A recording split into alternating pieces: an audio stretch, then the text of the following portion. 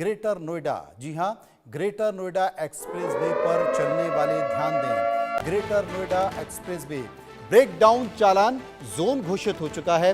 Express way पर वाहन खराब हुआ तो आपका जुर्माना लगेगा। वाहन खराब हुआ तो आपको 5 से लेकर 20,000 रुपए तक का जुर्माना देना पड़ेगा। ये क्यों किया गया है, इसकी भी जानकारी मैं आपको दे दूं। इस पर जाम ना लगे, इसलिए ट्रैफिक पुलिस ने ये बड़ी घोषणा की है। अभी कमर्शियल और अनफिट वाहनों के लिए ये नियम लागू किया गया है। आगे आने वाले समय में ओवरलोड वाहनों पर भी जुर्माना लगाने की बात की गई है। भविष्य में अन्य वाहनों पर भी इसे लागू करने का नियम घोषित किया जा सकता है। एक्सप्रेस वे पर वाहन के खराब होने से लंबा जाम लगता है। एक्सप्रेस वे पर खड़े खराब वाहनों को भी सीज करने की बात यहां पर नोएडा ग्रेटर नोएडा प्रशासन कर रहा है। एक्सप्रेस वे प्रशासन कर रहा है। सुनिए।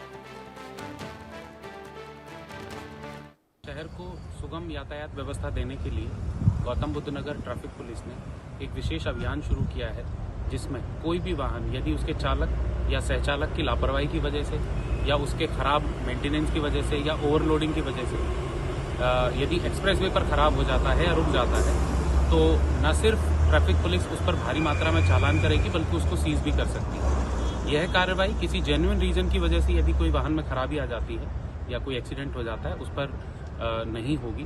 तो किसी भी सामान्य जन को इससे किसी भी प्रकार से घबराने की या चिंतित होने की आवश्यकता नहीं है। सभी से यह अपील है कि यातायात नियमों का पालन करें ताकि सभी को अच्छी एक यातायात व्यवस्था इस शहर को दी जा सके।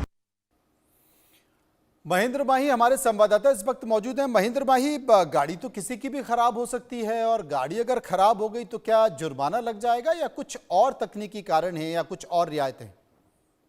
बिल्कुल मनोज जी, देखिए जैसे ही हम नोएडा एनसीआर की बात करते हैं तो सबसे पहले हमारे शहर में जाम की स्थिति पैदा होती है। अगर आपको नोएडा से ग्रेटर नोएडा से दिल्ली जाना होता है, खासकर यमुना एक्सप्रेसवे वाले रास्ते पर, तो आपको कई किलोमीटर तक लंबा जाम देखने को मिलता है सुबह और शाम के वक्त। तो ऐसे में नोएडा ट्रैफिक पुलिस ने एक विशेष अभियान चलाया। उन्होंने साफ तौर पर कहा, देखिए जो डग्गा मार वाहन होते हैं, जो बिना परमिट की गाड़ियां होती है, खासकर आप देखते हैं कि सड़कों पर ओवरलोडिंग वाहन चलाते हैं, तो उनकी लापरवाही की वजह से आम जनमानस को सबसे ज्यादा परेशानियों का सामना करना पड़ता है। शाम के समय आपने देखा जो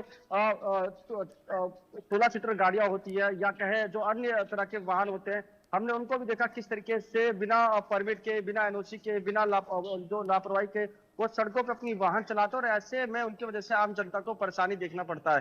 तो ऐसे में डीसीपी नोएडा राम लखन ने बताया कि किस तरीके से हम नए नियम के तहत जो भी व्यक्ति सड़कों पे अगर गलत तरीके से गाड़ी चलाएगा या बिना एनओसी के, बिना परमिट के गाड़ी चलाएगा तो उसका भारी भरकम चालान काटेंगे। जो मिनिमम चालान है वो 500 का है, जो मैक्सिमम चालान है वो 20,000 का है। पुलिस का पहली तौर पे कहना है कि देखिए जो कॉमर्शियल वाहन है, खासकर पे जो बड़े वाहन होते हैं, ट्रैक्टर हो गए, ट्रॉली हो गई, बस हो गया, ओवरलोडेड ट्रक हो गया, ये लोग अक्सर क्या करते हैं, बीच सड़क पर गाड़ी लगा देते हैं, जिसके कारण लंबा जाम देखने को मिलता है नोएडा, ग्रेटर नोएडा और दिल्ली वाले रास्ते पर। तो ऐसे में कहीं ना कहीं आम जनता के लिए सुविधा तो है ही, और खास तौर पे उन वाहन मालिकों के लिए एक सबक है जो कि बिना परमिट के, बिना रूल्स रेगुलेशन के ये सड़कों पर वाहन दौड़ाते हैं केवल अपने फायदे के लिए। और आपने देखा होगा आए दिन हादसे होते हैं। हमने देखते हैं कि सड़क जो बस होती है उसमें क्षमता 26 यात्रियों की होती है, तो कहीं ना कहीं 50 यात्री भर लेते हैं, जिससे या तो टायर पंचर होता है या गाड़ी का डिसबैलेंस हो जाता है, जिसके कारण एक्सीडेंट होता है, और एक्सीडेंट के कारण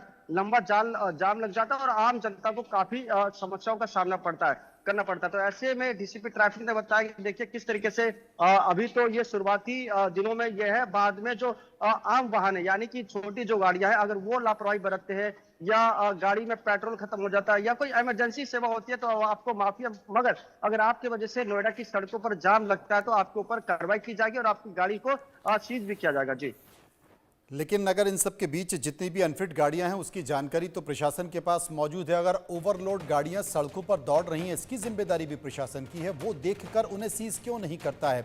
अगर वो कर ले तो शायद इस तरह के फरमान की ज़रूरत नहीं पड़ेगी। लेकिन क्या इस तरह के फरमान से जाम इस इलाके में बंद हो जाएगा?